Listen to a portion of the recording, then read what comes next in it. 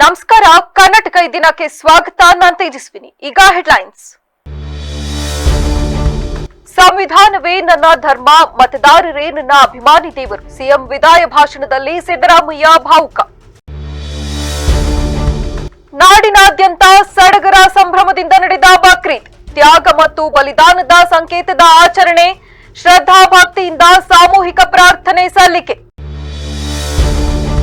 ರಾಜ್ಯ ರಾಜಕಾರಣದಲ್ಲಿ ಭಾರೀ ಸಂಚಲನ. ಸಿಎಂ ಸ್ಥಾನಕ್ಕೆ ಸಿದ್ದರಾಮಯ್ಯ ರಾಜೀನಾಮೆ ಸಲ್ಲಿಕೆಗೆ ಸಿದ್ದು ಆಪ್ತಗಣ ಬೇಸರ.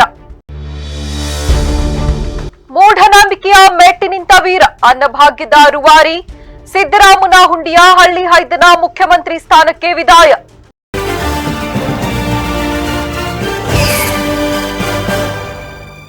ಕರ್ನಾಟಕ ಕಾಂಗ್ರೆಸ್ ಸರ್ಕಾರದಲ್ಲಿ ಮುಖ್ಯಮಂತ್ರಿ ಬದಲಾವಣೆ ವಿಚಾರ ಕೊನೆಗೂ ಅಂತಿಮ ಹಂತಕ್ಕೆ ಬಂದಿದೆ.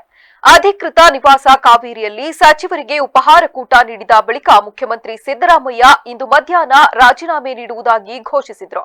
ಅದರಂತೆ ಲೋಕಭವನಕ್ಕೆ ತೆರಳಿ ರಾಜೀನಾಮೆ ಸಲ್ಲಿಸಿದ್ದಾರೆ. ಅದರ ಕಂಪ್ಲೀಟ್ ಡೀಟೈಲ್ಸ್ ಇಲ್ಲಿದೆ. ವಿದಾಯದ ಭಾಷಣ ಮಾಡಿದ ಸಿಎಂ, ಜನರಿಗೆ ಕೊಟ್ಟ ಭರವಸೆಗಳನ್ನ ಈಡೇರಿಸಲು ಪ್ರಾಮಾಣಿಕ ಪ್ರಯತ್ನ ಮಾಡಿದ್ದೇನೆ. ನಮ್ಮ ಗ್ಯಾರಂಟಿ ಬಗ್ಗೆ ಮೋದಿ ಸೇರಿ ವಿಪಕ್ಷಗಳು ಅಪಪ್ರಚಾರ ಮಾಡಿದ್ರು. ಗ್ಯಾರಂಟಿ ಯೋಜನೆಗಳನ್ನು ಜಾರಿ ಮಾಡಲು ಆಗಲ್ಲ ಎಂದು ಹೇಳಿದ್ರು. ಅಭಿವೃದ್ಧಿ ಕೆಲಸಗಳಿಗೆ ದುಡ್ಡು ಇರಲ್ಲ ಎಂದು ಅಪಪ್ರಚಾರ ಮಾಡಿದ್ರು. ಅಭಿವೃದ್ಧಿ ಕೆಲಸವಾಗಲ್ಲ, ರಾಜ್ಯ ದಿವಾಳಿಯಾಗುತ್ತದೆ ಎಂದು ಹೇಳಿದ್ರು. ಗ್ಯಾರಂಟಿ ಯೋಜನೆ ಜಾರಿ ಮಾಡಿದ ಮೇಲೆ ಇಡೀ ಕರ್ನಾಟಕ ತಲಾ ಆದಾಯದಲ್ಲಿ ನಂಬರ್ 1 ಸ್ಥಾನದಲ್ಲಿದ್ದೇವೆ ಎಂದು ವಿಪಕ್ಷಗಳಿಗೆ ಸಿದ್ದರಾಮಯ್ಯ ಚಾಟಿ ಬೀಸಿದ್ರು. ಅಸಮಾನತೆ ತೊಲಗಬೇಕಾದ್ರೆ ಎಲ್ಲರಿಗೂ ಸಮಾನತೆ ಅವಕಾಶ ಸಿಗಬೇಕು. ಹೀಗಾಗಿ ಚುನಾವಣೆಯ ಸಂದರ್ಭದಲ್ಲಿ ನೀಡಿದ್ದ ಭರವಸೆಗಳನ್ನ ನಾವು ಈಡೇರಿಸಿದ್ದೇವೆ. 2013ರಲ್ಲಿ ಕೊಟ್ಟಿದ್ದ 165 ಭರವಸೆಗಳಲ್ಲಿ 158 ಭರವಸೆ ಈಡೇರಿಸಿದ್ದೇನೆ. 2023ರಲ್ಲಿ ಕೊಟ್ಟಿದ್ದ 550ಕ್ಕೂ ಹೆಚ್ಚು ಭರವಸೆಗಳನ್ನು ನಾವು ಕೊಟ್ಟಿದ್ದೆವು. 550 ಭರವಸೆಗಳ ಪೈಕಿ ಸುಮಾರು 300 ಭರವಸೆಗಳನ್ನ ಈಡೇರಿಸಲಿದ್ದೇವೆ. ಅಲ್ಲದೆ ಚುನಾವಣೆ ವೇಳೆ 5 ಗ್ಯಾರಂಟಿಗಳನ್ನು ಘೋಷಣೆ ಮಾಡಿದ್ದೆವು. ಅದರಂತೆ 5 ಗ್ಯಾರಂಟಿಗಳನ್ನು ಜಾರಿ ಮಾಡಿದ್ದೇವೆ. ನಟ ರಾಜ್ಕುಮಾರ್ ಅಭಿಮಾನಿಗಳು ದೇವರು ಅಂತ ಕರೆತಿದ್ರು. ನಾನು ರಾಜಕಾರಣಿ, ಸಂವಿಧಾನವನ್ನೇ ನಮ್ಮ ಧರ್ಮ ಎಂದು ತಿಳಿದಿದ್ದೇನೆ. ಮತದಾರರೇ ನಮ್ಮ ಅಭಿಮಾನಿ ದೇವರು. ಕನ್ನಡ ನಾಡಿನ ಕರ್ನಾಟಕದ ಕೋಟಿ ಕೋಟಿ ಜನಸಂಖ್ಯೆ ಸೇವೆ ಮಾಡುವ ಅವಕಾಶ ಸಿಕ್ಕಿತ್ತು. 2 ಬಾರಿ ಮುಖ್ಯಮಂತ್ರಿಯಾಗುವ ಅವಕಾಶ ಸಿಕ್ಕಿತ್ತು. 2 ಬಾರಿ ವಿಪಕ್ಷ ನಾಯಕನಾಗುವ ಅವಕಾಶ ಸಿಕ್ಕಿತ್ತು. ಈ ಅವಕಾಶ ಒದಗಿಸಿಕೊಟ್ಟಿರುವ ಸೋನಿಯಾ ಗಾಂಧಿ ಅವರಿಗೆ, ರಾಹುಲ್ ಗಾಂಧಿ ಅವರಿಗೆ ಅಭಿನಂದನೆಗಳನ್ನು ಸಲ್ಲಿಸುತ್ತೇನೆ ಎಂದರು. ನಾನು ಮುಖ್ಯಮಂತ್ರಿ ಸ್ಥಾನಕ್ಕೆ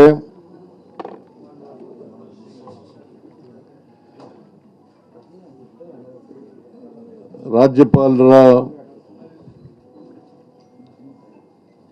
ಭವನದಲ್ಲಿ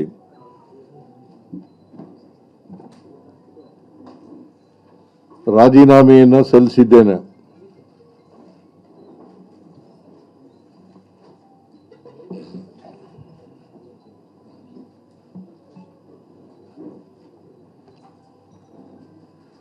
ರಾಜ್ಯಪಾಲರು ಊರಿನಲ್ಲಿ ಇಲ್ಲ, ಇವತ್ತು ರಾತ್ರಿ ಬರ್ತಾರೆ ಅಂತ ಹೇಳಿ ಅವರ ಕಚೇರಿನಲ್ಲಿ ತಿಳಿಸಿದ್ರು.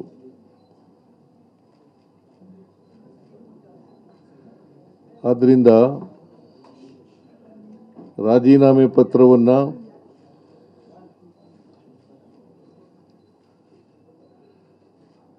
ಅವರ ಕಚೇರಿ, ಅವರ ಕಾರ್ಯದರ್ಶಿ, ಅವರ ಬಳಿ ಕೊಟ್ಟಿದ್ದೇನೆ.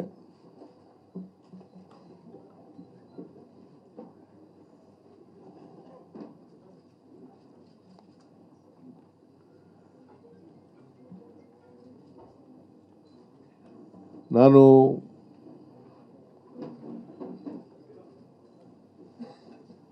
ಮೊದಲಿನಿಂದಲೂ ಹೇಳ್ತಿದ್ದೆ, ಅನೇಕ ಸಾರಿ ಹೇಳಿದ್ದೀನಿ ಮಾಧ್ಯಮದವರು ಮುಂದೆ ಮತ್ತೆ ಹೊರಗಡೆ. ಸಿಎಂ ಸಿದ್ದರಾಮಯ್ಯ ರಾಜೀನಾಮೆಗೆ ಸಚಿವ ಸಂತೋಷ್ ಲಾಡ್ ಸೇರಿದಂತೆ ಸಿಎಂ ಆಪ್ತಗಣ ಕಣ್ಣೀರಿಟ್ಟಿದ್ದಾರೆ. ಅಭಿಮಾನಿಗಳೊಂದಿಗೆ ಮುಖ್ಯಮಂತ್ರಿ ಸಿದ್ದರಾಮಯ್ಯ ಕೂಡ ಭಾವುಕರಾದರು. ರಾಜೀನಾಮೆಗೂ ಮುನ್ನ ಸಚಿವರ ಜೊತೆ ಸಿಎಂ ಸಿದ್ದರಾಮಯ್ಯ ಇಂದು ಬ್ರೇಕ್ಫಾಸ್ಟ್ ಸಭೆ ನಡೆಸಿದ್ರು. ಈ ವೇಳೆ ತಮ್ಮ ರಾಜೀನಾಮೆಯನ್ನು ಸಹ ಘೋಷಣೆ ಮಾಡಿದ್ರು. ಮುಂದಿನ ಸಿಎಂ ಡಿಕೆ ಶಿವಕುಮಾರ್ ಎಂದು ಘೋಷಿಸಿ ಅವರಿಗೆ ಸಹಕಾರ ನೀಡುವಂತೆ ಸಚಿವರಲ್ಲಿ ಸಿದ್ದರಾಮಯ್ಯ ಮನವಿ ಮಾಡಿಕೊಂಡ್ರು. ಸಿದ್ದರಾಮಯ್ಯ ರಾಜೀನಾಮೆ ಘೋಷಣೆ ಕೇಳಿ ಸಭೆಯಲ್ಲೇ ಆಪ್ತ ಸಚಿವರು ಕಣ್ಣೀರಿಟ್ಟರು. ಸಭೆಯ ಬಳಿಕ ಒಬ್ಬೊಬ್ಬರಾಗಿ ಹೊರಬಂದ ಸಚಿವರ ಮುಖದಲ್ಲಿ ಬೇಸರದ ಭಾವ ಕಂಡುಬಂದಿತು. ಸಿಎಂ ರಾಜೀನಾಮೆ ವಿಚಾರವಾಗಿ ಪ್ರತಿಕ್ರಿಯೆ ನೀಡಲು ನಿರಾಕರಿಸಿದ್ರು. ಸಿದ್ದರಾಮಯ್ಯ ಸಿಎಂ ಸ್ಥಾನಕ್ಕೆ ರಾಜೀನಾಮೆ ನೀಡಿದ್ದಾರೆಂಬ ನ್ಯೂಸ್ ಬಿತ್ತರವಾಗುತ್ತಿದ್ದಾಗ ಅದನ್ನು ನಂಬುವ ಸ್ಥಿತಿಯಲ್ಲಂತೂ ಜನ ಇರಲಿಲ್ಲ. ಆದರೆ ಆ ಸುದ್ದಿ ಅಧಿಕೃತ ಎಂದು ಘೋಷಣೆಯಾದ ಮರುಕ್ಷಣ ಮೈಸೂರಿನ ಸಿದ್ದರಾಮಯ್ಯ ಹುಂಡಿಯ ಇಡೀ ಊರು ದಿಢೀರನೆ ಮೌನಕ್ಕೆ ಶರಣಾಯಿತು. ಹೆಣ್ಣು ಮಕ್ಕಳ ಹಿರಿಯರ ಕಣ್ಣಾಲಿಗಳು ತೇವಗೊಂಡವು. ಯಾಕಂದ್ರೆ ಸಿದ್ದರಾಮನ ಹುಂಡಿಗೆ ಸಿದ್ದರಾಮಯ್ಯ ಎಂದ್ರೆ ಹೈಕಮಾಂಡ್ ಮೆಚ್ಚಿದ ಮುಖ್ಯಮಂತ್ರಿ ಅಲ್ಲ, ಇಡೀ ಊರು ಎದೆಯ ಮೇಲಿಟ್ಟುಕೊಂಡು ಬೆಳೆಸಿದ ನಮ್ಮ ಹುಡುಗ.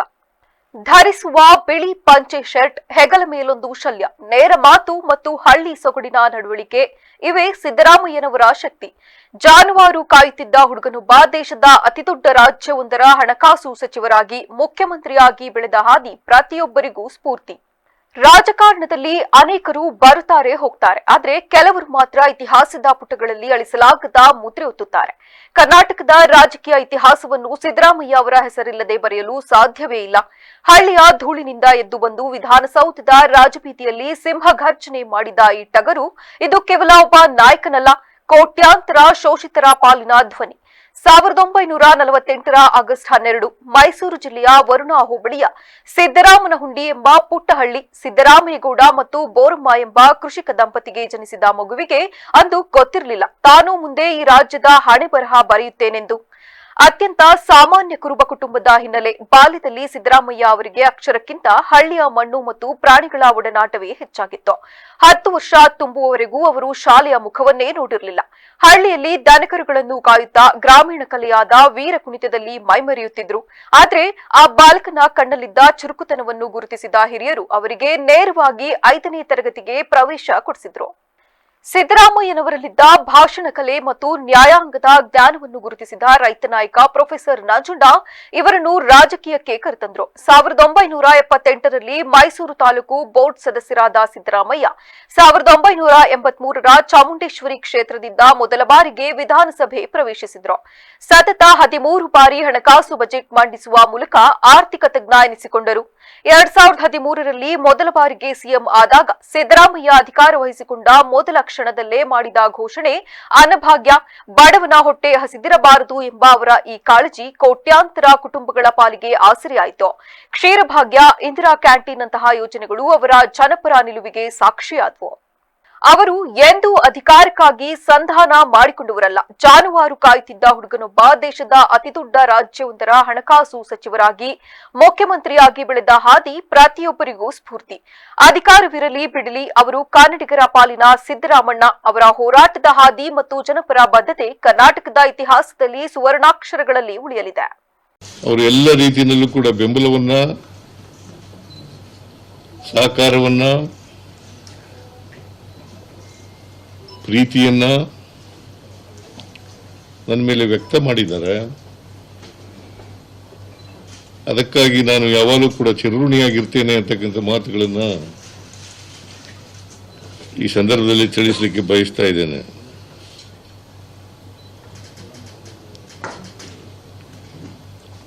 ನಾನು ಹಳ್ಳಿಗಾಡಿನಿಂದ ಬಂದಂಥವನು.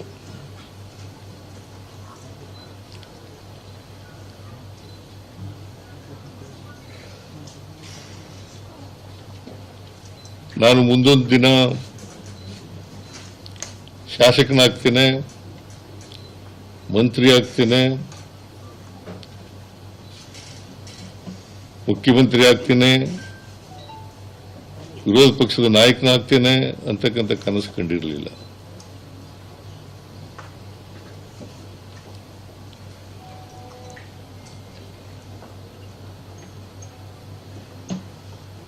ನಾನು ರಾಜಕಾರಣಕ್ಕೆ ಬಂದದ್ದು ಆಕಸ್ಮಿಕ.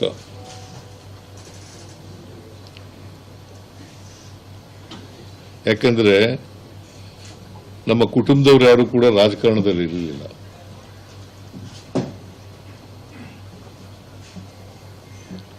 ನಮ್ಮ ತಂದೆ ತಾಯಿಗಳಾಗಲಿ ಅಥವಾ ಇನ್ಯಾರೇ ನಮ್ಮ ಕುಟುಂಬಕ್ಕೆ ಸಂಬಂಧಪಟ್ಟಂಥವ್ರು ಯಾರು ಕೂಡ ರಾಜಕಾರಣದಲ್ಲಿ ಇರಲಿಲ್ಲ.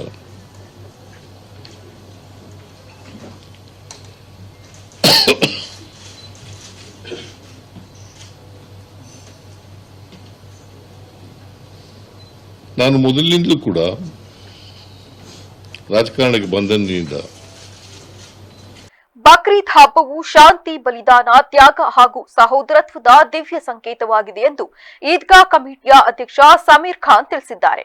ಪವಿತ್ರ ಬಕ್ರೀದ್ ಹಬ್ಬದ ಅಂಗವಾಗಿ ನಗರದ ವಿವಿಧ ಮಸೀದಿಗಳು ಹಾಗೂ ಈದ್ಗಾ ಮೈದಾನಗಳಲ್ಲಿ ನಡೆದ ಸಾಮೂಹಿಕ ಪ್ರಾರ್ಥನೆಯ ಬಳಿಕ ಮಾತನಾಡಿದ ಅವರು, ಇಂದು ಜಗತ್ತಿನಾದ್ಯಂತ ಇರುವ ಮುಸ್ಲಿಂ ಬಾಂಧವರು ಸಾಮೂಹಿಕ ಪ್ರಾರ್ಥನೆಯನ್ನು ಸಲ್ಲಿಸುವ ಮೂಲಕ ಜಗತ್ತಿನ ಕಲ್ಯಾಣಕ್ಕಾಗಿ ಪ್ರಾರ್ಥಿಸಿದ್ದಾರೆ. ಧರ್ಮಗುರುಗಳು ಹಾಗೂ ಸಾರ್ವಜನಿಕರೆಲ್ಲರೂ ಸೇರಿ ಈ ಜಗತ್ತಿನಲ್ಲಿ ಶಾಂತಿ ನೆಲೆಸಲಿ, ಎಲ್ಲರಲ್ಲೂ ಸಹೋದರತ್ವ ಮತ್ತು ದೇಶಪ್ರೇಮದ ಭಾವನೆ ಮೂಡಲಿ, ಪ್ರತಿಯೊಬ್ಬರಿಗೂ ದೇವರು ಸನ್ಮತಿ ಹಾಗೂ ಉತ್ತಮ ಆರೋಗ್ಯವನ್ನು ಕರುಣಿಸಲಿ ಎಂದು ಪ್ರಾರ್ಥಿಸಿದ್ದೇವೆಂದು ಹೇಳಿದರು.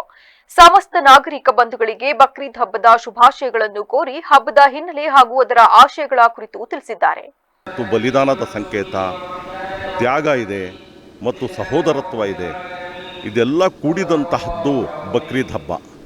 ಇವತ್ತು ನಾವು ಪ್ರಪಂಚದ ಎಲ್ಲ ಭಾಗಗಳಲ್ಲಿ ಎಲ್ಲ ಮುಸಲ್ಮಾನ್ ಬಂಧುಗಳು ಬಕ್ರೀದ್ ಹಬ್ಬದ ಒಂದು ಸಾಮೂಹಿಕ ಪ್ರಾರ್ಥನೆಯನ್ನು ಮಾಡಿ ಈ ಪ್ರಪಂಚದ ಒಳಿತಿಗಾಗಿ ಪ್ರಾರ್ಥನೆಯನ್ನು ಸಲ್ಲಿಸ್ತಾರೆ.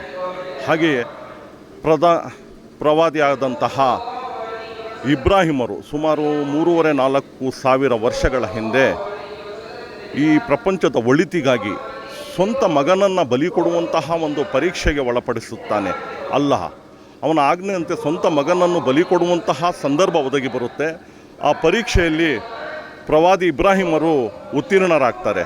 ಈ ಒಂದು ನೆನಪಿನಲ್ಲಿ ಆ ಪರಂಪರೆಯನ್ನು ಉಳಿಸಿಕೊಂಡು ಇವತ್ತು ಒಂದು ಪ್ರಾಣಿಯನ್ನು ಬಲಿ ಕೊಡುವಂತಹ ಒಂದು ಸಂದರ್ಭ ಎಲ್ಲ ಪ್ರಪಂಚದ ಎಲ್ಲ ಮೂಲೆ ರಾಜ್ಯದಲ್ಲಿ ಮುಖ್ಯಮಂತ್ರಿ ಸೇರಿದಂತೆ ಸಚಿವ ಸಂಪುಟ ಪುನರಚನೆಯ ಲಕ್ಷಣಗಳು ಕಾಣಿಸುತ್ತಿರುವ ಹಿನ್ನೆಲೆ ಹಿರಿಯ ಕಾಂಗ್ರೆಸ್ ನಾಯಕ ಹಾಗೂ ಆಹಾರ ಮತ್ತು ನಾಗರಿಕ ಪೂರೈಕೆ ಸಚಿವ ಕೆಎಚ್ ಮುನಿಯಪ್ಪ ಅವರಿಗೆ ಮುಖ್ಯಮಂತ್ರಿ ಅಥವಾ ಉಪಮುಖ್ಯಮಂತ್ರಿ ಸ್ಥಾನ ನೀಡಬೇಕೆಂದು ಕರ್ನಾಟಕ ಮಾದರ ಮಹಾಸಭಾದ ಜಿಲ್ಲಾಧ್ಯಕ್ಷ ವಿಜಯ್ ಕುಮಾರ್ ಅವರು ಆಗ್ರಹಿಸಿದ್ದಾರೆ.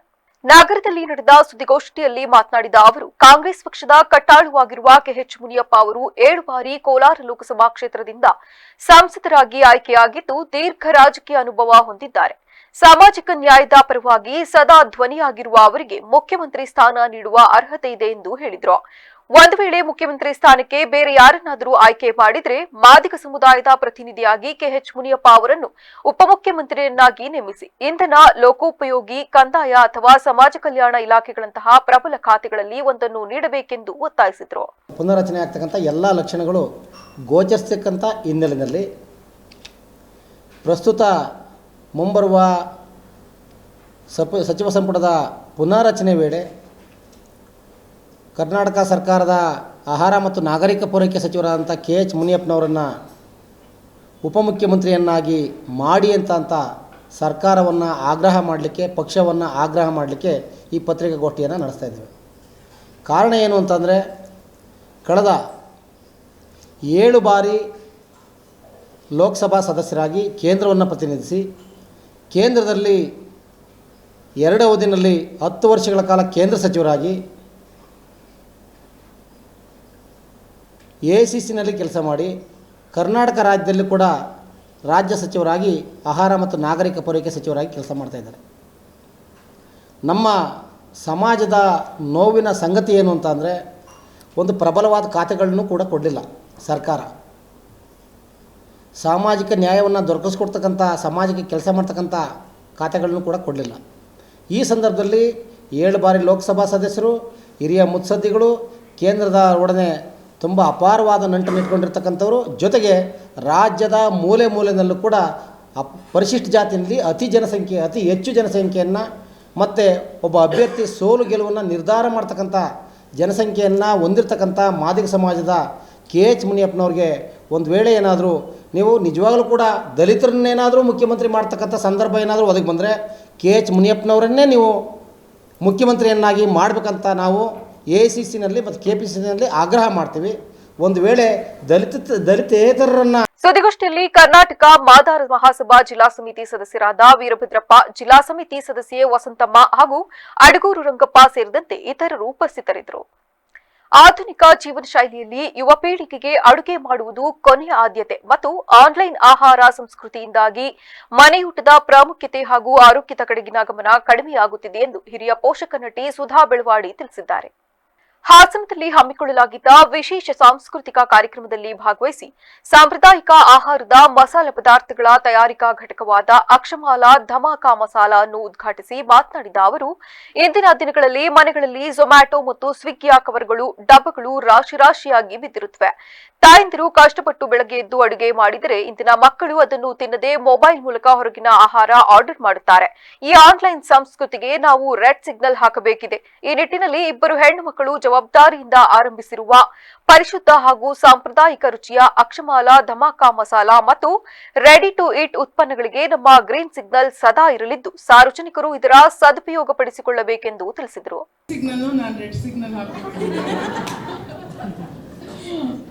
ರೆಡ್ ಸಿಗ್ನಲ್ ಯಾಕೆಂದರೆ ಝೊಮ್ಯಾಟೊ ಮತ್ತು ಸ್ವಿಗ್ಗಿ ನಮ್ಮ ಮನೆಗಳಲ್ಲಿ ಮಕ್ಕಳು ಯಾವಾಗಲೂ ಆ ಕವರ್ಗಳು, ಆ ಡಬ್ಬಗಳು ಬಿದ್ದಿರುತ್ತೆ ರಾಶಿ ರಾಶಿ. ನಾವೇನೇ ಅಡುಗೆ ಮಾಡಲಿ ಮನೇಲಿ ಅವ್ರಿಗೆ ಬೇರೆನೇ ಬೇಕು. ನಾವೇನು ತರಕಾರಿ, ನಾವು ಚಿಕ್ಕ ವಯಸ್ಸಲ್ಲಿ ನಮ್ಮ ಅಜ್ಜಿ ಎಲ್ಲ ಹೇಳೋರು, ಏನು ಬಡಿಸ್ತೀರೋ ಅದು ಸುಮ್ಮನೆ ಸಾಕೋ ನಂಗಿಲ್ಲ, ಬೇಕೋ ನಂಗಿಲ್ಲ, ಸುಮ್ಮನೆ ತಿಂದು ಎದ್ದೋಗು ಅಂತ. ಹಠ ಮಾಡಿ ನಾವು ಅಕ್ಕಿ ರೊಟ್ಟಿ ಅದು ಇದು ಎಲ್ಲ ತಿಂತಿದ್ವಿ. ಈಗಿನ ಮಕ್ಕಳಿಗೆ ಒಂದೊಂದು ಎರಡೆರಡು ಮಾಡ್ಕೊಂಡಿರ್ತೀವಿ, ಅವ್ರಿಗೆ ಬಾಯಿ ಒಳಗೆ ತುರ್ಕಿದ್ರು ತಿನ್ನಲ್ಲ. ರೂಮ್ಗೆ ಹೋಗ್ಬಿಟ್ಟು ಕ್ವೈಟಾಗಿ ಅವ್ರ ಮೊಬೈಲಿಂದ ಝೊಮ್ಯಾಟೊ, ಸ್ವಿಗ್ಗಿ ಆರ್ಡರ್ ಮಾಡ್ತಾರೆ. ಆ ರೌಂಡ್ ಕವರ್ಗಳು ನೋಡಿದ್ರೆ ಮೈಯೆಲ್ಲ ಉರಿಯುತ್ತೆ. ನಾವು ಕಷ್ಟಪಟ್ಟು ಬೆಳಗ್ಗೆ ಎದ್ದು ಅಡುಗೆ ಮಾಡೋದು, ಅವರು ಅದನ್ನು ತಿನ್ನೋದು. ಸೊ ಅದಕ್ಕೆ ರೆಡ್ ಸಿಗ್ನಲ್ಲು. ಗ್ರೀನ್ ಸಿಗ್ನಲ್ ಯಾಕೆ ಅಂದರೆ, ಹಿರಿಯ ಚಲನಚಿತ್ರ ನಿರ್ದೇಶಕ ಹಾಗೂ ನಟ ಟಿಎನ್ ಸೀತಾರಾಮ್ ಮಾತನಾಡಿ ಹಾಸನದೊಂದಿಗಿನ ತಮ್ಮ ಹಳೆಯ ನೆನಪುಗಳನ್ನು ಮೆಲುಕು ಹಾಕಿದರು. ಜೊತೆಗೆ ಅವರ ಜನಪ್ರಿಯ ಮುಕ್ತ ಧಾರಾವಾಹಿಯ ದಿನಗಳನ್ನು ನೆನಪಿಸಿಕೊಂಡರು. ಹಾಸನದ ಸಾಹಿತ್ಯಿಕ ವಾತಾವರಣ, ಕಿರಂ ನಾಗರಾಜ್ ಅವರ ಒಡನಾಟ ಹಾಗೂ ಮಲೆನಾಡಿನ ಸೌಂದರ್ಯವನ್ನು ಈ ವೇಳೆ ಸ್ಮರಿಸಿದರು. ದೀಪ ಸಂಭ್ರಮ, ಕೃಷ್ಣ ಬುದ್ಧ ಅಲ್ಲಮ ಏನು ಗೊತ್ತನೆಯ ಅಂತ ಬೆಳಗ್ಗೆ ಎದ್ದು ಹಾಸ್ಟೆಲಲ್ಲಿ ಇದ್ದಲ್ಲ, ಬೆಡ್ಶೀಟ್ ತೆಗೆದ್ಬಿಟ್ಟು ಆ ಪದ್ಯ ಹೇಳೋದಿಗೆ ಆ ಕಿರಂ ನಾಗರಾಜ. ನನಗೆ ಪದ್ಯದ ಪ್ರೀತಿ, ಇದು ಜನಪ್ರೀತಿ. ಮಸಾಲೆ ದೋಸೆ ಎಲ್ಲಿ ಚೆನ್ನಾಗಿರುತ್ತೆ ಗೊತ್ತನೆಯ? ಗುಂಡಪ್ಪ ಹೋಟ್ಲು. ಆಹಾರದ ಬಗ್ಗೆ ಕೇಳು, ಯಾವುದ್ರ ಬಗ್ಗೆ ಕೇಳು, ನಿಮ್ಮ ಇವನು ಅದ್ಭುತ. ಈ ಅದಕ್ಕೆ ನನಗೆ ಹಾಸನ ಅಂದರೆ ಕಿತ್ತಾನೆ ರಂಗಪ್ಪ ಅಂದರೆ ಕಿರಂ ನಾಗರಾಜ್ ಅವ್ರ ತಂದೆ. ಅವ್ರು ಕುದುರೆ ಇಟ್ಟಿದ್ರು. ಅವರ ಇವ್ರು ಹೇಳಿದಂಗೆ ಅವರೆಲ್ಲ ಬಿಸ್ನೆಸ್ ಮಾಡಿದ್ರು. ಅವ್ರು ಕುದುರೆ ಇಟ್ಟಿದ್ರು. ಹಾಸ್ಟೆಲ್ ಕುದುರೆ ಬರೋರು. ಹೌದು, ಹಾಸ್ಟೆಲ್ ಒಂದು ದಿವಸ ಆ ಥರ ಅನೇಕ ಬೇರೆ ಬೇರೆ ಭಿನ್ನ ಬಗೆಯ ಜನಗಳನ್ನು ಇಲ್ಲಿ ನಾನು ನೋಡಿದೆ. ನನಗೆ ಎಲ್ಲದಕ್ಕಿಂತ ಇತ್ತೀಚೆಗೆ ನಾನು ಧಾರಾವಾಹಿಗಳಲ್ಲಿ ಲಾಯರಾಗಿ ಪಾತ್ರ ಮಾಡ್ತೀನಿ, ನಿಮ್ಗೆ ಗೊತ್ತಿರಬಹುದು. ಆ ಲಾಯರಾಗಿ ಪಾತ್ರ ಮಾಡೋದು, ನಾನು ಲಾಯರೇ ಅಂದ್ಕೊಂಡ್ಬಿಟ್ಟು. ಇಂದು ನಾಡಿನಾದ್ಯಂತ ಮುಸ್ಲಿಂ ಬಾಂಧವರು ಬಕ್ರೀದ್ ಹಬ್ಬವನ್ನು ಶ್ರದ್ಧೆ ಹಾಗೂ ಸೌಹಾರ್ದತೆಯಿಂದ ಆಚರಿಸಿದರು. ಈ ವಿಶೇಷ ಸಂದರ್ಭದಲ್ಲಿ ಸಂಸದ ಶ್ರೇಯಸ್ ಎಂ ಪಾಟೀಲ್ ಮುಸ್ಲಿಂ ಬಾಂಧವರಿಗೆ ಶುಭಾಶಯಗಳನ್ನು ಕೋರಿದರು. ಹಾಸನ ಮೈಸೂರು ರಸ್ತೆಯ ಬಾಗಿವಾಳು ಕ್ರಾಸ್ನಲ್ಲಿರುವ ಈದ್ಗಾ ಮೈದಾನದಲ್ಲಿ ನಡೆದ ಪ್ರಾರ್ಥನಾ ಸಭೆಯಲ್ಲಿ ಭಾಗವಹಿಸಿ ಮಾತನಾಡಿದ ಅವರು, ಬಕ್ರೀದ್ ಹಬ್ಬವು ಕೇವಲ ಆಚರಣೆಯಲ್ಲ, ಅದು ತ್ಯಾಗ ಮತ್ತು ಸಮರ್ಪಣಾ ಮನೋಭಾವದ ಸಂಕೇತವಾಗಿದೆ. ಈ ಪವಿತ್ರ ದಿನದಂದು ನಾವೆಲ್ಲರೂ ಸೇರಿ ನಾಡಿನ ಮತ್ತು ದೇಶದ ಶಾಂತಿ, ಸೌಹಾರ್ದತೆ ಹಾಗೂ ಅಭಿವೃದ್ಧಿಗಾಗಿ ಪ್ರಾರ್ಥನಿಸೋಣ ಎಂದು ಕರೆ ನೀಡಿದರು. ಮುಂದುವರೆದು ಮಾತನಾಡಿದ ಅವರು, ಸಮಾಜದಲ್ಲಿ ಎಲ್ಲರೂ ಒಗ್ಗಟ್ಟಿನಿಂದ ಬಾಳಬೇಕು ಮತ್ತು ಪರಸ್ಪರ ಸಹೋದರತ್ವವನ್ನು ಬೆಳೆಸಿಕೊಳ್ಳಬೇಕೆಂದು ಆಶಿಸಿದರು. ಸಮಸ್ತ ಮುಸಲ್ಮಾನ್ ಬಾಂಧವರಿಗೆ, ನಾನಾ ಸಂಬಂಧರಿಗೆ, ಎಲ್ಲ ಕುಟುಂಬ ವರ್ಗದವರಿಗೆ ಪವಿತ್ರ ಬಕ್ರೀದ್ ಹಬ್ಬದ ಶುಭಾಶಯಗಳು. ಇವತ್ತು ತ್ಯಾಗ ಬಲಿದಾನಕ್ಕೆ ಸಂಕೇತವಾದಂತಹ ಒಂದು ಬಕ್ರೀದ್ ಹಬ್ಬ.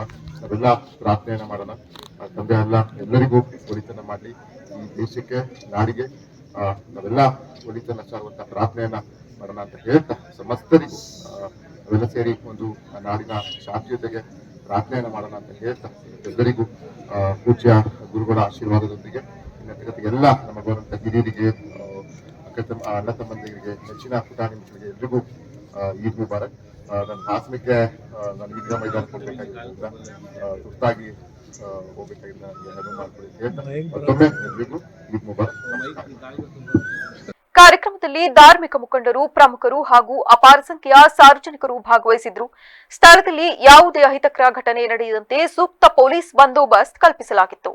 ತ್ಯಾಗ ಮತ್ತು ಬಲಿದಾನದ ಸಂಕೇತವಾಗಿರುವ ಬಕ್ರೀದ್ ಹಬ್ಬ ಈದ್ ಉಲ್ ಅದಾವನ್ನು ತಾಲೂಕಿನ ಮುಸ್ಲಿಂ ಬಾಂಧವರು ಅತ್ಯಂತ ಶ್ರದ್ಧಾ ಭಕ್ತಿಯಿಂದ ಈದ್ಗಾ ಮೈದಾನದಲ್ಲಿ ಸಾಮೂಹಿಕ ಪ್ರಾರ್ಥನೆ ಸಲ್ಲಿಸುವ ಮೂಲಕ ಸಡಗರದಿಂದ ಆಚರಿಸಿದರು.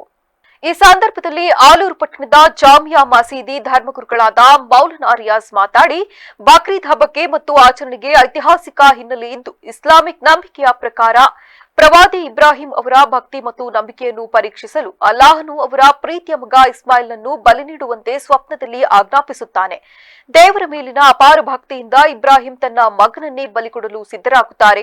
ಇಬ್ರಾಹಿಂ ಅವರ ಈ ಪರಮ ತ್ಯಾಗದ ಮನೋಭಾವವನ್ನು ಮೆಚ್ಚಿದ ಅಲ್ಲಾಹನು ಮಗನ ಪ್ರಾಣವನ್ನು ಉಳಿಸಿ ಆ ಜಾಗದಲ್ಲಿ ಒಂದು ಕುರಿಯನ್ನು ಪ್ರತ್ಯಕ್ಷಗೊಳಿಸಿ ಅದನ್ನು ಬಲಿ ನೀಡುವಂತೆ ಸೂಚಿಸುತ್ತಾರೆ. ಈ ಮಹಾ ತ್ಯಾಗದ ಸವಿನೆನಪಿಗಾಗಿ ಬಕ್ರೀದ್ ಹಬ್ಬವನ್ನು ಆಚರಿಸಲಾಗುತ್ತದೆ. ಹಬ್ಬದ ದಿನದಂದು ಮುಸ್ಲಿಂ ಬಾಂಧವರು ಹೊಸ ಬಟ್ಟೆಗಳನ್ನು ಧರಿಸಿ ಮುಂಜಾನೆಯೇ ಮಸೀದಿ ಅಥವಾ ಈದ್ಗಾ ಮೈದಾನಗಳಿಗೆ ತೆರಳಿ ವಿಶೇಷ ಪ್ರಾರ್ಥನೆ ಸಲ್ಲಿಸುತ್ತಾರೆ.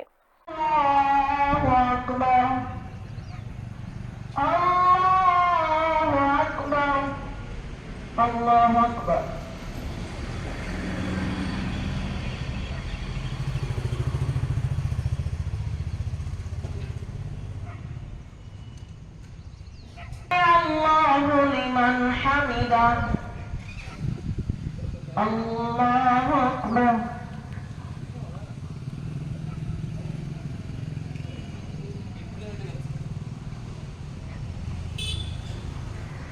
Allahu akbar. Allahu akbar.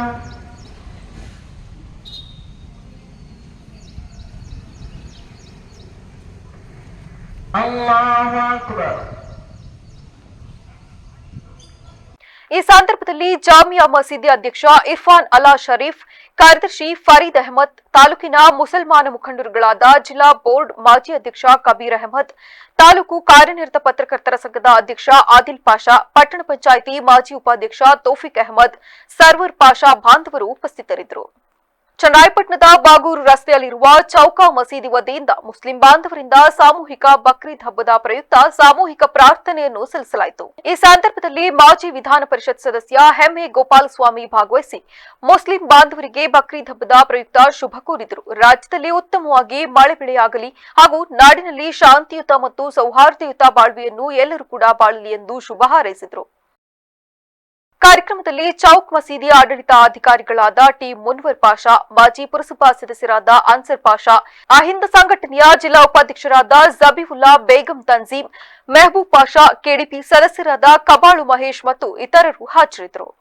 ತ್ಯಾಗ, ಭಕ್ತಿ, ಮಾನವೀಯತೆ ಹಾಗೂ ಸಹೋದರತ್ವದ ಸಂದೇಶ ಸಾರುವ ಪವಿತ್ರ ಬಕ್ರೀದ್ ಹಬ್ಬವನ್ನು ತಾಲೂಕಿನಾದ್ಯಂತ ಮುಸ್ಲಿಂ ಬಾಂಧವರು ಭಕ್ತಿ, ಶ್ರದ್ಧೆ ಹಾಗೂ ಸಂಭ್ರಮದಿಂದ ಆಚರಿಸಿದರು. ಇಸ್ಲಾಂ ಧರ್ಮದ ಅತ್ಯಂತ ಮಹತ್ವಪೂರ್ಣ ಹಬ್ಬಗಳಲ್ಲಿ ಒಂದಾದ ಈದ್ ಉಲ್ ಅದಾ ಅಂಗವಾಗಿ ವಿಶೇಷ ನಮಾಜ್, ಪ್ರಾರ್ಥನೆ ಹಾಗೂ ಧಾರ್ಮಿಕ ಕಾರ್ಯಕ್ರಮಗಳು ನೆರವೇರಿದವು. ಪಟ್ಟಣದ ಈದ್ಗಾ ಮೈದಾನದಲ್ಲಿ ಸಾವಿರಾರು ಮುಸ್ಲಿಂ ಸಹೋದರರು ಒಂದಾಗಿ ಸೇರಿ ಬಕ್ರೀದ್ ಹಬ್ಬದ ವಿಶೇಷ ಸಾಮೂಹಿಕ ನಮಾಜ್ ಸಲ್ಲಿಸಿದರು. ತಾಲೂಕಿನ ಕಾಡುಮನೆ, ಹಾನುವಾಳು, ದೇಕ್ಲಾ, ಆನೆಮಹಲ್, ಮಾರನಹಳ್ಳಿ, ಕೊಲ್ಲಹಳ್ಳಿ, ಬಾಳುಪೇಟೆ, ಗುಲಗಳಲೆ, ಹೊಸೂರು ಸೇರಿದಂತೆ ವಿವಿಧ ಗ್ರಾಮಗಳ ಜಾಮಿಯಾ ಮಸೀದಿಗಳಲ್ಲಿಯೂ ವಿಶೇಷ ಪ್ರಾರ್ಥನೆಗಳು ನೆರವೇರಿಸಲ್ಪಟ್ಟವು. ನಮಾಜ್ ನಂತರ ಪರಸ್ಪರ ತಬ್ಬಿಕೊಂಡು ಹಬ್ಬದ ಶುಭಾಶಯಗಳನ್ನು ವಿನಿಮಯ ಮಾಡಿಕೊಂಡ ಮುಸ್ಲಿಂ ಬಾಂಧವರು ಬಕ್ರೀದ್ ಹಬ್ಬದ ಮಹತ್ವದ ಆಚರಣೆಯಾದ ಕುರ್ಬಾನಿ ನೆರವೇರಿಸಿ ಅದರ ಮಾಂಸವನ್ನು ಕುಟುಂಬಸ್ಥರು, ಬಂಧುಗಳು, ಬಡವರು ಹಾಗೂ ನೆರೆಹೊರೆಯವರೊಂದಿಗೆ ಹಂಚಿಕೊಂಡು ಮಾನವೀಯತೆ ಮತ್ತು ಸಹೋದರತ್ವದ ಮೌಲ್ಯವನ್ನು ಮೆರೆದರು. ಈ ಸಂದರ್ಭದಲ್ಲಿ ಲಬಾಬಿನ್ ಮಸೀದಿಯ ಇಮಾಮರಾದ ಮುಫ್ತಿ ಮೊಹಮ್ಮದ್ ತಲ್ಹಾ ಅವರು ಪ್ರವಚನ ನೀಡಿ ಮಾತನಾಡಿ, ಪ್ರಪಂಚದ ಎಲ್ಲಾ ಭಾಗಗಳಿಂದ ಬರುವ ಬಡವರು, ಶ್ರೀಮಂತರು, ಕಪ್ಪು ಬಿಳುಪು, ಭಾಷೆ, ವೇಷಭೂಷಗಳ ಭೇದವಿಲ್ಲದೆ ಎಲ್ಲರೂ ಒಬ್ಬನೇ ಸೃಷ್ಟಿಕರ್ತನ ದಾಸರು ಎಂಬ ಸಂದೇಶವನ್ನು ಸಾರುವ ಪವಿತ್ರ ಸ್ಥಳ ಮಕ್ಕಾ. ಮಾನವರ ಸಮಾನತೆ ಹಾಗೂ ಭಕ್ತಿಯ ಮಹತ್ವವನ್ನು ಇಸ್ಲಾಂ ಸಾರುತ್ತದೆ ಎಂದರು. ಈ ಸಂದರ್ಭದಲ್ಲಿ ಧರ್ಮಗುರು ನಯಾಜ್ ಅಹಮದ್ ಕಾಸಿಬಿ ಅವರು ಬಕ್ರೀದ್ ಹಬ್ಬದ ವಿಶೇಷ ಸಾಮೂಹಿಕ ನಮಾಜ್ ಪ್ರಾರ್ಥನೆಯನ್ನು ನೆರವೇರಿಸಿಕೊಟ್ಟರು. ಕಾರ್ಯಕ್ರಮದಲ್ಲಿ ಜಾಮಿಯಾ ಮಸೀದಿ ಅಧ್ಯಕ್ಷ ಜಾಫರ್ ಅಲಿ, ಪ್ರಾಧಿಕಾರದ ಅಧ್ಯಕ್ಷ ಸೈಯದ್ ಮುಫಿ ಸೇರಿದಂತೆ ವಿವಿಧ ಧಾರ್ಮಿಕ ಮುಖಂಡರು, ಗಣ್ಯರು ಹಾಗೂ ಅಪಾರ ಸಂಖ್ಯೆಯ ಮುಸ್ಲಿಂ ಬಾಂಧವರು ಭಾಗವಹಿಸಿದರು. ತಾಲೂಕಿನಲ್ಲಿ ಅಡುಗೆ ಅನಿಲ ಸಮಸ್ಯೆ ಬಗೆಹರಿಸಬೇಕೆಂದು ತಾಲೂಕು ಕರ್ನಾಟಕ ರಕ್ಷಣಾ ವೇದಿಕೆ ಗೌರವ ಅಧ್ಯಕ್ಷ ಎನ್ ರವಿಕುಮಾರ್ ಒತ್ತಾಯಿಸಿದರು. ಪಟ್ಟಣದ ಭಾರತ್ ಗ್ಯಾಸ್ ಮುಂಭಾಗ ಅಡುಗೆ ಅನಿಲ ಸಿಲಿಂಡರ್ ಪಡೆಯಲು ಮಹಿಳೆಯರು, ವೃದ್ಧರು ಎನ್ನದೆ ದಿನವಿಡೀ ಗಂಟೆಗಟ್ಟಲೆ ಮೈಲುದ್ದದ ಸರದಿ ಸಾಲಿನಲ್ಲಿ ನಿಲ್ಲುವ ಪರಿಸ್ಥಿತಿ ನಿರ್ಮಾಣವಾಗಿದೆ. ಗ್ಯಾಸ್ ವಿತರಣೆಯ ಸಮಸ್ಯೆ ಬಿಗಡಾಯಿಸಿದ್ರೂ ಕೂಡ ತಾಲೂಕು ಆಡಳಿತ ಸಮಸ್ಯೆ ಬಗೆಹರಿಸಲು ಕಿಂಚಿತ್ತೂ ಕೂಡ ತಲೆಕೆಡಿಸಿಕೊಂಡಿಲ್ಲ ಎಂದು ಗುರುವಾರ ಸುದ್ದಿಗೋಷ್ಠಿಯಲ್ಲಿ ಕಿಡಿಕಾರಿದರು. ಭಾರತ್ ಗ್ಯಾಸ್ ಏಜೆನ್ಸಿ ಮಾಲೀಕನನ್ನು ಪ್ರಶ್ನಿಸಿದ್ರೆ ನಮ್ಮಲ್ಲಿ 20,000 ಗ್ರಾಹಕರಿದ್ದು ದಿನಕ್ಕೆ 6,000 ಅಡುಗೆ ಅನಿಲ ಗ್ಯಾಸ್ ಪೂರೈಕೆಯಾಗುತ್ತಿವೆ ಎನ್ನುವ ಉತ್ತರ ನೀಡುತ್ತಾನೆ. ಆದರೆ ಇನ್ನುಳಿದ ಗ್ರಾಹಕರಿಗೆ ಅಡುಗೆ ಅನಿಲ ನೀಡುವವರು ಯಾರು ಎನ್ನುವ ಪ್ರಶ್ನೆ ಉದ್ಭವಿಸಿದೆ. ಆಟೋಗಳಿಗೆ ಗ್ಯಾಸ್ ಬಳಸುತ್ತಿದ್ದು ಸಿಗುತ್ತಿಲ್ಲ. ಅಡುಗೆ ಅನಿಲ ಗ್ರಾಹಕರ ಮನೆ ಬಾಗಿಲಿಗೆ ವಿತರಣೆ ಮಾಡಬೇಕೆನ್ನುವ ನಿಯಮವಿದೆ. ಆದರೆ ಏಜೆನ್ಸಿ ಬಳಿ ಬಂದರೂ ಬುಕ್ ಮಾಡಿ ಸಮಯ ಕಳೆದು 10 ದಿನಗಳಾದರೂ ವಿತರಣೆ ಮಾಡುತ್ತಿಲ್ಲ. ಖಾಲಿ ಗ್ಯಾಸ್ ತಲೆ ಮೇಲೆ ಹೊತ್ತು ಬರುವ ವಯಸ್ಸಾದ ವೃದ್ಧರನ್ನು ವಿನಾಕಾರಣ ಅಲೆದಾಡಿಸಲಾಗುತ್ತಿದೆ. ತಾಲೂಕಿನಲ್ಲಿ ಎಷ್ಟು ಗ್ಯಾಸ್ ಏಜೆನ್ಸಿಗಳಿವೆ, ವಿತರಣೆ ಮಾನದಂಡ ಏನು, ಎಷ್ಟು ಗ್ರಾಹಕರಿಗೆ ಓಟಿಪಿ ಬರುತ್ತದೆ, ಎಷ್ಟು ಜನ ಬುಕ್ ಮಾಡಿದರೆ ಕೊರತೆ ಎಷ್ಟಿದೆ ಎನ್ನುವ ಮಾಹಿತಿ ಕೂಡ ಇಲ್ಲ. ಆಹಾರ ಇಲಾಖೆ ಗ್ಯಾಸ್ ಏಜೆನ್ಸಿಗಳ ಮಾಲೀಕರ ಸಭೆ ಕೂಡ ನಡೆಸಿಲ್ಲ. ಈ ಕುರಿತು ನಾಮಫಲಕ ಕೂಡ ಅಳವಡಿಸದೆ ನಿರ್ಲಕ್ಷ್ಯ ವಹಿಸಿದೆ ಎಂದು ಆಪಾದಿಸಿದರು. ಗೊತ್ತಿರೋ ಹಾಗೆ ಈ ಅಡಿಗೆ ಅನಿಲದ ಸಿಲಿಂಡರ್ಗಳ ಒಂದು ಅಭಾವ, ಈ ಅಡಿಗೆ ಅನಿಲದ ಸಿಲಿಂಡರ್ಗಳ ಅಭಾವದ ಬಗ್ಗೆ ಮಾತಾಡಲಿಕ್ಕೆ ನಾವು ಪತ್ರಿಕಾಗೋಷ್ಠಿಯನ್ನು ಕರೆದಿದ್ದೇವೆ. ಅಡಿಗೆ ಅನಿಲ ಇತ್ತೀಚಿನ ಒಂದು 2 ದಶಕಗಳಿಂದ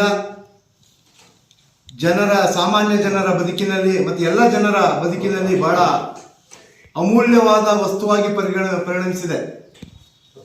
ಒಂದು ಹೋಟೆಲ್ ಉದ್ಯಮ ಇರ್ಬೋದು, ಮನೆಗಳಿರ್ಬೋದು,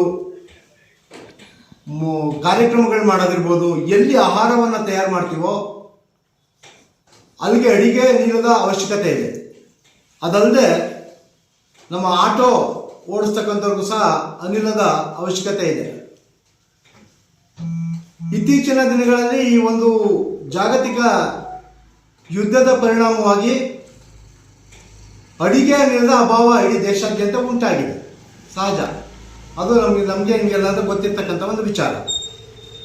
ಆದರೆ ಸರ್ಕಾರ ಏನು ಪ್ರತಿ ತಾಲೂಕಿಗೆ ಸಿಲಿಂಡರ್ಗಳನ್ನು ಕೊಡುತ್ತೋ, ತಾಲೂಕು ಕರ್ನಾಟಕ ರಕ್ಷಣಾ ವೇದಿಕೆ ಘಟಕದ ಅಧ್ಯಕ್ಷ ಜಿಮ್ ಸೋಮು, ಆಟೋ ಚಾಲಕರ ಘಟಕದ ಅಧ್ಯಕ್ಷ ಎವಿ ಧರ್ಮ, ಉಪಾಧ್ಯಕ್ಷ ವಿಜಯ್ ಕುಮಾರ್ ಸೂರಿ ಇತರರು ಹಾಜರಿದ್ದರು. ಮಳವಳ್ಳಿ ತಾಲೂಕಿನ ಹಲಗೂರು ಗ್ರಾಮದ ಮುಸಲ್ಮಾನ್ ಬಾಂಧವರು ಬಕ್ರೀದ್ ಹಬ್ಬದ ಅಂಗವಾಗಿ ಗುರುವಾರ ಬೆಳಗ್ಗೆ ಜಾಮಿಯಾ ಮಸೀದಿ, ಕುಬಾ ಮಸೀದಿ, ಮದೀನಾ ಮಸೀದಿಯಲ್ಲಿ ನಮಾಜ್ ಸಲ್ಲಿಸಿದರು. ನಂತರ ಅಲ್ಲಾ ಅಕ್ಬರ್ ಎಂಬ ಘೋಷಣೆಗಳನ್ನು ಕೂಗುತ್ತಾ ಮೆರವಣಿಗೆಯಲ್ಲಿ ತೆರಳಿ ಮಳವಳ್ಳಿ ರಸ್ತೆ ಮತ್ತು ಮದ್ದೂರು ರಸ್ತೆಗಳಲ್ಲಿರುವ ಮಸೀದಿಗಳಲ್ಲೂ ಪ್ರಾರ್ಥನೆ ಸಲ್ಲಿಸುವಾಗ ಧರ್ಮದ ಗುರುಗಳು ಬಕ್ರೀದ್ ಹಬ್ಬದ ದಿನ ಎಲ್ಲಾ ವರ್ಗದ ಜನರಿಗೂ ಒಳ್ಳೆಯದಾಗಲಿ, ನಾವೆಲ್ಲರೂ ಒಂದೇ ಎಂಬ ಭಾವನೆಯಿಂದ ಸೌಹಾರ್ದತೆಯಿಂದ ಜೀವನ ನಡೆಸಬೇಕೆಂಬ ಸಂದೇಶವನ್ನು ಸಾರಿದರು. ಮತ್ತು ಬಕ್ರೀದ್ ಹಬ್ಬದ ದಿನ ಮಾಡುವ ದಾನ ಧರ್ಮದ ಬಗ್ಗೆ ತಿಳಿಸಿ ಇದರಿಂದ ಎಲ್ಲರಿಗೂ ಶುಭವಾಗಲಿದೆ ಎಂದರು. ಕುಬಾ ಮಸೀದಿಯ ಅಧ್ಯಕ್ಷರಾದ ವಂದ್ರಿ ಬಾಬು ಸೇರಿದಂತೆ ಇತರರು ಹಾಜರಿದ್ದರು. ಮುಂಜಾಗ್ರತಾ ಕ್ರಮವಾಗಿ ಸರ್ಕಲ್ ಇನ್ಸ್ಪೆಕ್ಟರ್ ಶ್ರೀಧರ್ ಮುಂದಾಳತ್ವದಲ್ಲಿ ಸಬ್ ಇನ್ಸ್ಪೆಕ್ಟರ್ ಲೋಕೇಶ್ ಬಿಗಿ ಬಂದೋಬಸ್ತ್ ಏರ್ಪಡಿಸಿದರು. ದೈಹಿಕ ಮತ್ತು ಮಾನಸಿಕ ವಿಕಲತೆ ಹೊಂದಿರುವ ಮಕ್ಕಳ ಬಗ್ಗೆ ಪಾಲಕರು ಕೀಳರಿಮೆ ಹೊಂದಬಾರದು. ಅವರಲ್ಲಿ ವಿಶೇಷ ಸಾಮರ್ಥ್ಯವಿರುತ್ತದೆ. ಪಾಲಕರು ಇಂತಹ ಮಕ್ಕಳಿಗೆ ಕೇವಲ ಅನುಕಂಪ ತೋರದೆ ಅವಕಾಶಗಳನ್ನು ಕಲ್ಪಿಸುವ ದಿಸೆಯಲ್ಲಿ ಪ್ರಯತ್ನಿಸಬೇಕೆಂದು ಕಾಪನಹಳ್ಳಿ ಗವಿಮಠ ಪೀಠಾಧ್ಯಕ್ಷ ಚನ್ನವೀರ ಮಹಾಸ್ವಾಮಿ ತಿಳಿಸಿದರು. ಪಟ್ಟಣದ ಪುರಸಭಾ ಆವರಣದಲ್ಲಿ ತಾಲೂಕಿನ ರಮಣ ಮಹರ್ಷಿ ಅಕಾಡೆಮಿ ಫಾರ್ ದಿ ಬ್ಲೈಂಡ್ ವತಿಯಿಂದ ಹಾಗೂ ಸಮುದಾಯ ಆಧಾರಿತ ಪುನರ್ವಸತಿ ಕೇಂದ್ರ ಶಿಕ್ಷಣ ಇಲಾಖೆ ಸಂಯುಕ್ತಾಶ್ರಯದಲ್ಲಿ ನಡೆದ ವಿಶೇಷ ಚೇತನ ಮಕ್ಕಳಿಗೆ ಕ್ರೀಡಾಕೂಟ ಉದ್ಘಾಟನೆ ಹಾಗೂ ವಿಜೇತ ವಿಶೇಷ ಚೇತನ ಮಕ್ಕಳಿಗೆ ಬಹುಮಾನ ವಿತರಿಸಿ ಮಾತನಾಡಿದರು. ಶ್ರೀ ರಮಣ ಮಹರ್ಷಿ ಅಕಾಡೆಮಿ ಫಾರ್ ದಿ ಬ್ಲೈಂಡ್ ಸಂಸ್ಥೆ ನಡೆಸಿದ ವಿಶೇಷ ಚೇತನ ಮಕ್ಕಳ ಕ್ರೀಡಾಕೂಟ ನಿಜಕ್ಕೂ ಶ್ಲಾಘನೀಯ. ದೃಷ್ಟಿ ಇಲ್ಲದಿದ್ದರೇನು, ದೃಷ್ಟಿಕೋನ ಇದೆ ಎಂದು ಈ ಮಕ್ಕಳು ತೋರಿಸಿಕೊಟ್ಟಿದ್ದಾರೆ. ಇಂತಹ ಕಾರ್ಯಕ್ರಮಗಳು ಮಕ್ಕಳ ಆತ್ಮವಿಶ್ವಾಸ ಹೆಚ್ಚಿಸಿ ಸಮಾಜದ ಮುಖ್ಯವಾಹಿನಿಗೆ ಬರಲು ಸಹಕಾರಿ. ಸಂಸ್ಥೆಯ ಸೇವೆ ಅನುಕರಣೀಯ. ಅಂಗವೈಕಲ್ಯ ಶಾಪವಲ್ಲ, ಅದು ಒಂದು ಸವಾಲು ಅಷ್ಟೇ. ಅದನ್ನು ಅವಕಾಶವನ್ನಾಗಿ ಪರಿವರ್ತಿಸುವ ಕೆಲಸವನ್ನು ರಮಣ ಮಹರ್ಷಿ ಅಕಾಡೆಮಿ ಮಾಡುತ್ತಿದೆ. ವಿಶೇಷ ಚೇತನ ಮಕ್ಕಳ ಪ್ರತಿಭೆಗೆ ವೇದಿಕೆ ಕಲ್ಪಿಸಿದ ಈ ಕ್ರೀಡಾಕೂಟ ಇತರ ಸಂಸ್ಥೆಗಳಿಗೆ ಮಾದರಿ ಎಂದು ತಿಳಿಸಿದರು. ಆ ಪುಟ್ಟರಾಜ ಗವಾಯಿಗಳು ಕೂಡ ಈ ಸಂದರ್ಭಗಳಲ್ಲಿ ನಾವು ನೆನಪಬೇಕಾಗ್ತದೆ. ಅವ್ರು ಏನೂ ಇಲ್ಲ ಅಂತ ಕೂತ್ಕೊಳ್ಳಿಲ್ಲ, ಸಾಧನೆ ಮಾಡಿದ್ರು. ಸಂಗೀತದಲ್ಲಿ ಇಡೀ ನಮ್ಮ ಕರ್ನಾಟಕದಲ್ಲೇ, ನಮ್ಮ ರಾಜ್ಯದಲ್ಲೇ ಒಂದು ಉನ್ನತ ಪ್ರಶಸ್ತಿ ತಂದಂಥವ್ರು ಅನೇಕರಿದ್ದಾರೆ. ಅದರಲ್ಲಿ ಪುಟ್ಟರಾಜ ಗವಾಯಿಗಳು ಮಾತ್ರ ನಮ್ಮ. ಹಾಗಾಗಿ ಯಾರು ಕೂಡ ನಮಗೆ ಹಿಂಗಾಯ್ತು ಅಂತ ಹೇಳಿ, ಈಗ ಮಂಜು ಅವರು ಹೇಳಿದರು ಈಗಾಗಲೇ, ಅವರು ಕೂಡ ಹ್ಯಾಂಡಿಕ್ಯಾಪ್ಟ್ ಆಗಿದ್ರು ಕೂಡ ಅವ್ರು ಯಾವ ಮನಸ್ಸಲ್ಲಿ ಇಟ್ಕೊಳ್ಳಿಲ್ಲ. ಯಾಕಂದ್ರೆ ಯಾಕೆ ಇಟ್ಕೊಳ್ಳಿಲ್ಲ ಅಂದ್ರೆ ಎಂತೆಂಥ ಮಕ್ಕಳು ಎಲ್ಲವೂ ಇದ್ದು ಕೂಡ ಇವತ್ತು ಕಲಿಬಾರದ ಚಟಗಳನ್ನು ಕಲಿತು ಮಾತಾಡಬಾರ್ದಂತೆ ಮಾತಾಡಿಕೊಂಡು ಮನೆಯಲ್ಲಿ ತಂದೆ ತಾಯಿಗಳಿಗೆ ಮನಸ್ಸು ನೊಂದಿಸಿಕೊಂಡು ಆ ಜೀವ ಬದುಕೋದಕ್ಕಿಂತ ನೋಡಿ ಅವರು ಧಾರಾಳವಾಗಿ ಅವರೇ ಹೇಳ್ಕೊಳ್ತಾರೆ, ಅವರಲ್ಲ ಅಂಗವಿಕಲ.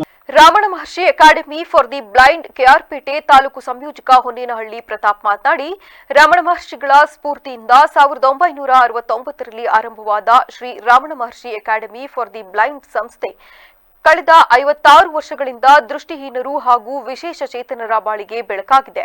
ಟಿವಿ ಶ್ರೀನಿವಾಸನ್ ಮತ್ತು ತಿರುಮೂರ್ತಿ ಅವರು ಸೇರಿ ಮಾನವತೆಯ ಸೇವೆಯೇ ದೇವರ ಸೇವೆ ಎಂಬ ಧ್ಯೇಯವಾಕ್ಯದೊಂದಿಗೆ ಈ ಸಂಸ್ಥೆಯನ್ನು ಹುಟ್ಟುಹಾಕಿದರು ಎಂದರು.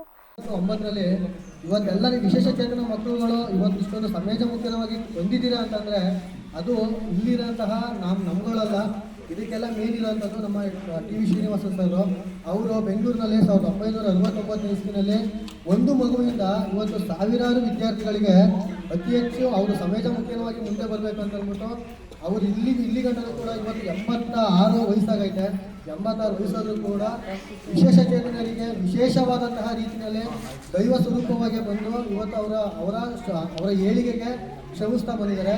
ಅದೇ ರೀತಿ ಅವ್ರ ಬಗ್ಗೆ ಹೇಳ್ತಾ ಹೋಯ್ತು ಅಂತಂದರೆ ಇನ್ನೂ ತುಂಬ ಲೇಟ್ ಆಗುತ್ತೆ. ಯಾಕೆಂದರೆ ನಮ್ಮ ಸಂಸ್ಥೆ ಬಗ್ಗೆ 2 ನಿಮಿಷ ಮಾತಾಡ್ತೀನಿ. ನಮ್ಮ ಸಂಸ್ಥೆ 1969ರಲ್ಲಿ ಶ್ರೀ ರಮಣ ಮಹರ್ಷಿ ಅಕಾಡೆಮಿ ಫಾರ್ ದ ಬ್ಲೈಂಡ್ ಅಂತ ಅಂದ್ಬಿಟ್ಟು ಓಪನ್ ಮಾಡಿದ್ದು. ನಮ್ಮದು ಬೆಂಗಳೂರಿನ ಹೆಡ್ ಆಫೀಸ್ ಬಂದು ಬೆಂಗಳೂರಿನ JP ನಗರದಲ್ಲೇ ಇದೆ. ಮತ್ತು ಅದೇ ರೀತಿ ನಮ್ಮ ಸಂಸ್ಥೆಗೆ 5 ರಿಂದ 6 ಪ್ರಶಸ್ತಿಗಳು ಬಂದಿದೆ. 2 ರಾಜ್ಯ ಪ್ರಶಸ್ತಿ ಮತ್ತು 2 ರಾಷ್ಟ್ರ ಪ್ರಶಸ್ತಿ. ವಿವಿಧ ಕ್ರೀಡಾಕೂಟದಲ್ಲಿ ಭಾಗವಹಿಸಿದ ವಿಶೇಷ ಚೇತನರಿಗೆ ಬಹುಮಾನ ನೀಡಲಾಯಿತು. ಈ ಸಂದರ್ಭದಲ್ಲಿ ಕೆಆರ್ಪೇಟೆ ತಾಲೂಕು ಅಂಗವಿಕಲ ಸಂಘ ಅಧ್ಯಕ್ಷ ಬೂಕನಕೆರೆ ಮಂಜುನಾಥ್, ಮಹಿಳಾ ಮತ್ತು ಮಕ್ಕಳ ಕಲ್ಯಾಣ ಇಲಾಖೆ ಮೇಲ್ವಿಚಾರಕಿ ಶಾಂತವ್ವ, ಸಂಯೋಜಕ ಹೊನ್ನೇನಹಳ್ಳಿ ಪ್ರತಾಪ್, ಸ್ವಯಂ ಸೇವಕರಾದ ಕುಂದನಹಳ್ಳಿ ವಸಂತ, ಶೀಲೆನೆರೆ ನಾಗರತ್ನ ಹಾಗೂ ವಿಶೇಷ ಚೇತನ ಮಕ್ಕಳು ಸೇರಿದಂತೆ ಇನ್ನಿತರರು ಉಪಸ್ಥಿತರಿದ್ದರು.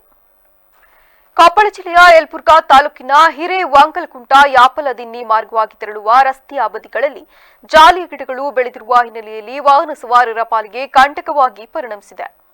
ಯಾಪಲದಿನ್ನಿ ನಿಲೋಗಲ್ ಮಾರ್ಗವಾಗಿ ತೆರಳುವ ಬೈಕ್ ಸವಾರರಾದ ಶರಣಪ್ಪ, ಯಮನೂರಪ್ಪ ಗದ್ದಿ, ಯಮನೂರಪ್ಪ ವಾಲ್ಮೀಕಿ ಮುಖಾಮುಖಿ ಬೈಕ್ ಡಿಕ್ಕಿ ಹೊಡೆದ ಕಾರಣ ತೀವ್ರ ಗಾಯಗೊಂಡು ಗಾಯಾಳುಗಳು ಕೊಪ್ಪಳ ನಗರದ ಕೆಎಸ್ ಆಸ್ಪತ್ರೆಯಲ್ಲಿ ಚಿಕಿತ್ಸೆ ಪಡೆಯುತ್ತಿದ್ದಾರೆ.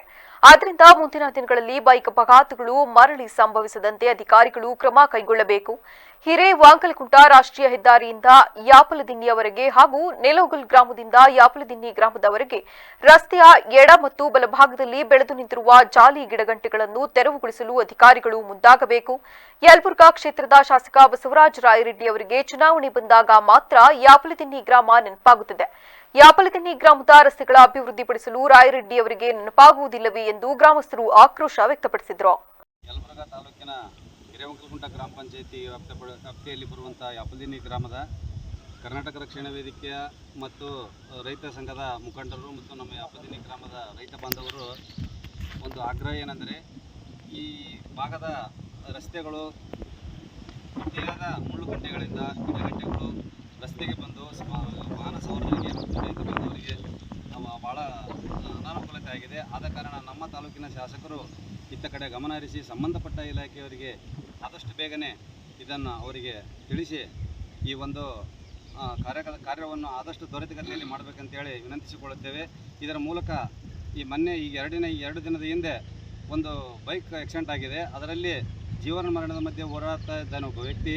ಅದರ ಬಗ್ಗೆ ತಾವು ಹೆಚ್ಚಿನ ಗಮನ ಹರಿಸಿ ಈ ಒಂದು ಕಾರ್ಯವನ್ನು ಆದಷ್ಟು ಬೇಗನೆ ಪೂರ್ಣಗೊಳಿಸಬೇಕು. ನಿಲೋಗಲ್ ಮತ್ತು ಯಾಪಲದಿನ್ನಿ ಹಿರೇವಾಂಕಲಕುಂಟ ಮತ್ತು ಯಾಪಲದಿನ್ನಿ ರಸ್ತೆಯನ್ನು ಆದಷ್ಟು ಬೇಗನೆ ತ್ವರಿತಗತಿಯಲ್ಲಿ ಆ ಕಾರ್ಯವನ್ನು ಮಾಡಬೇಕಂತೇಳಿ ತಮ್ಮಲ್ಲಿ ಒತ್ತಾಯಪೂರ್ವಕವಾಗಿ ನಮ್ಮ ಕರ್ನಾಟಕ ರಕ್ಷಣಾ ವೇದಿಕೆ ಮತ್ತು ರೈತ ಸಂಘದ ಮುಖಂಡ ರಕ್ಷಣಾ ವೇದಿಕೆ ಸ್ವಾಭಿಮಾನಿ ಬಣದ ಗೌರವಾಧ್ಯಕ್ಷ ಹನುಮಂತಪ್ಪ ಹುಟ್ಟಿ, ಹೋಬಳಿ ಘಟಕದ ಅಧ್ಯಕ್ಷೆ ಸುಖಮುನಿ ಬಡಿಗೇರ, ಯುವ ಘಟಕದ ಅಧ್ಯಕ್ಷ ಮುತ್ತಣ್ಣಮೇಟಿ, ಗ್ರಾಮ ಘಟಕದ ಅಧ್ಯಕ್ಷ ಹನುಮೇಶ ಹುಣಶಿಹಾಳ, ರೈತ ಸಂಘದ ಅಧ್ಯಕ್ಷ ರಾಮಣ್ಣ ಪೂಜಾರ ಮತ್ತಿತರರು ಆಗ್ರಹಿಸಿದ್ದಾರೆ. ಈಗ ಮತ್ತೊಮ್ಮೆ ಹೆಡ್ಲೈನ್ಸ್. ಸಂವಿಧಾನವೇ ನನ್ನ ಧರ್ಮ, ಮತದಾರರೇ ನನ್ನ ಅಭಿಮಾನಿ ದೇವರು, ಸಿಎಂ ವಿದಾಯ ಭಾಷಣದಲ್ಲಿ ಸಿದ್ದರಾಮಯ್ಯ ಭಾವುಕ. ನಾಡಿನಾದ್ಯಂತ ಸಡಗರ ಸಂಭ್ರಮದಿಂದ ನಡೆದ ಬಕ್ರೀದ್, ತ್ಯಾಗ ಮತ್ತು ಬಲಿದಾನದ ಸಂಕೇತದ ಆಚರಣೆ, ಶ್ರದ್ಧಾ ಭಕ್ತಿಯಿಂದ ಸಾಮೂಹಿಕ ಪ್ರಾರ್ಥನೆ ಸಲ್ಲಿಕೆ. ರಾಜ್ಯ ರಾಜಕಾರಣದಲ್ಲಿ ಭಾರೀ ಸಂಚಲನ, ಸಿಎಂ ಸ್ಥಾನಕ್ಕೆ ಸಿದ್ದರಾಮಯ್ಯ ರಾಜೀನಾಮೆ ಸಲ್ಲಿಕೆಗೆ ಸಿದ್ದು ಆಪ್ತಗಣ ಬೇಸರ. ಮೂಢನಂಬಿಕೆಯ ಮೆಟ್ಟಿ ನಿಂತ ವೀರ, ಅನ್ನಭಾಗ್ಯದ ರೂವಾರಿ, ಸಿದ್ದರಾಮನ ಹುಂಡಿಯ ಹಳ್ಳಿ ಹೈದನ ಮುಖ್ಯಮಂತ್ರಿ ಸ್ಥಾನಕ್ಕೆ ವಿದಾಯ. ಕ್ಷಣ ಕ್ಷಣದ ಸುದ್ದಿಗಾಗಿ ನೋಡ್ತಾ ಇರಿ ವಿವಿಸಿ ಟಿವಿ, ಸತ್ಯದ ಕಡೆ ನಮ್ಮ ನಡೆ.